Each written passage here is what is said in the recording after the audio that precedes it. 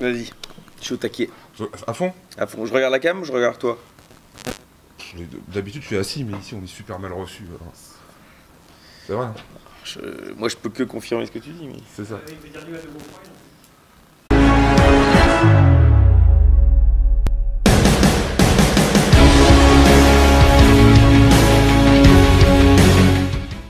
Et là, à Gonfreville, j'ai fait une entrevue de Pierre-Emmanuel Barré. Son spectacle, c'était Pierre-Emmanuel Barré est un sale con.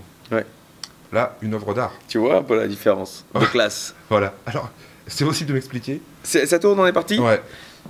Oui, alors parce que je voulais que les gens soient au courant qu'on parle d'art. Je trouvais que c'était important, on peut pas les arnaquer. Et je voulais donc le mettre dans le titre. Comme à un moment il y a une référence à Magritte, ceci n'est pas une pipe, je trouvais que dire Alex Vizorek est une œuvre d'art, on y sentait le second degré. En tout cas, les Belges le ressentent. Les Français, parfois, pensent que je suis prétentieux. Mais c'est parce qu'à mon avis, ils se projettent en moi. Les Français? Ouais. Sont un peu prétentieux? Certains, pas vous, je crois. Non, pas les Normands, c'est vraiment l'exception. Mais... Ouais. J'ai cru lire que c'était plutôt à Paris, non? Ah bah, non, c'est-à-dire qu'à Paris, ils n'ont même pas conscience de leurs prétentions. Ça, c'est rigolo. Ils n'ont pas trop de recul sur eux-mêmes. D'accord.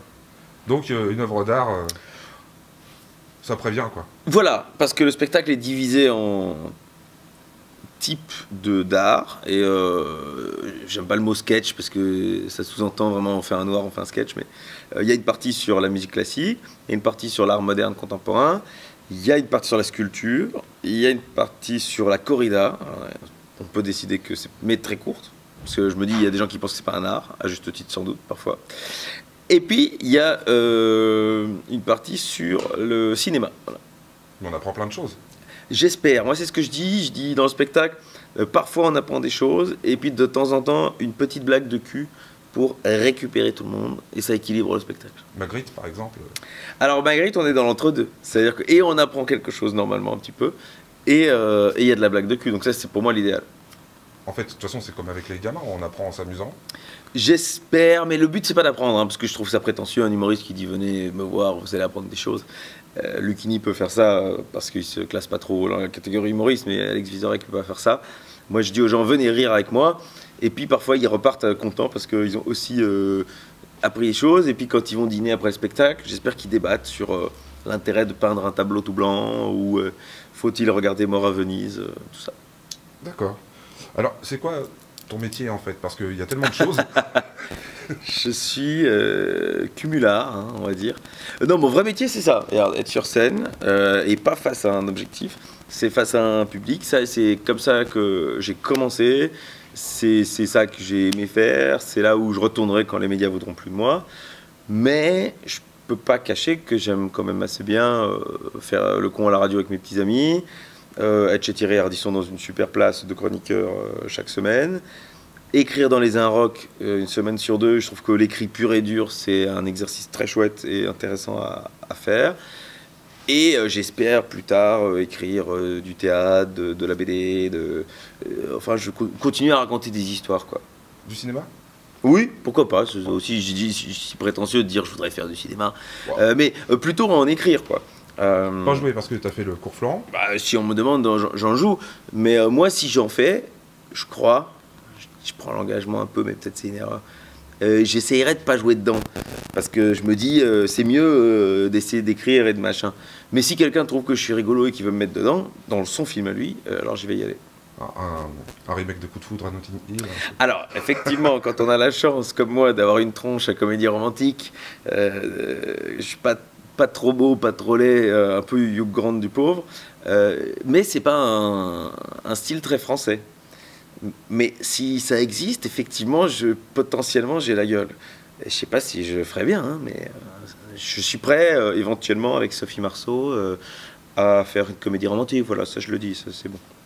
Pour les scènes nues et tout. Pour, ici, il faut s'impliquer, il faut s'impliquer. Dans le boulot. Bah, c'est du boulot, c'est du boulot. Non, alors, pour avoir fait mon premier baiser de cinéma avec Julie Ferrier, sortie prévue en septembre.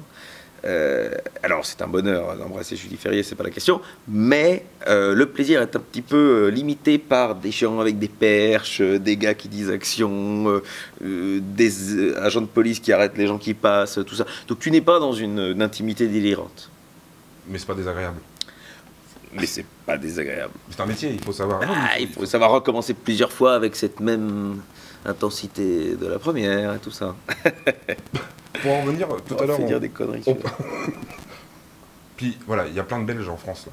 Trop, c'est ça? Oh, ouais. Vous êtes contre l'immigration massive? Non, ma grand-mère est belge. Ah, très bien, bonne réponse. Chacun sa croix. Ouais. Vous savez que près du Havre, c'était la capitale de la Belgique libre. Sainte-Adresse. Exactement, hein, donc on est un peu chez nous. Hein. Et ils payent pas d'impôts là-bas. Ah, c'est vrai? Ben non, c'est vous qui les payez pour eux. C'est vrai? Ouais. Ah, bien joué, putain, elle est sympa.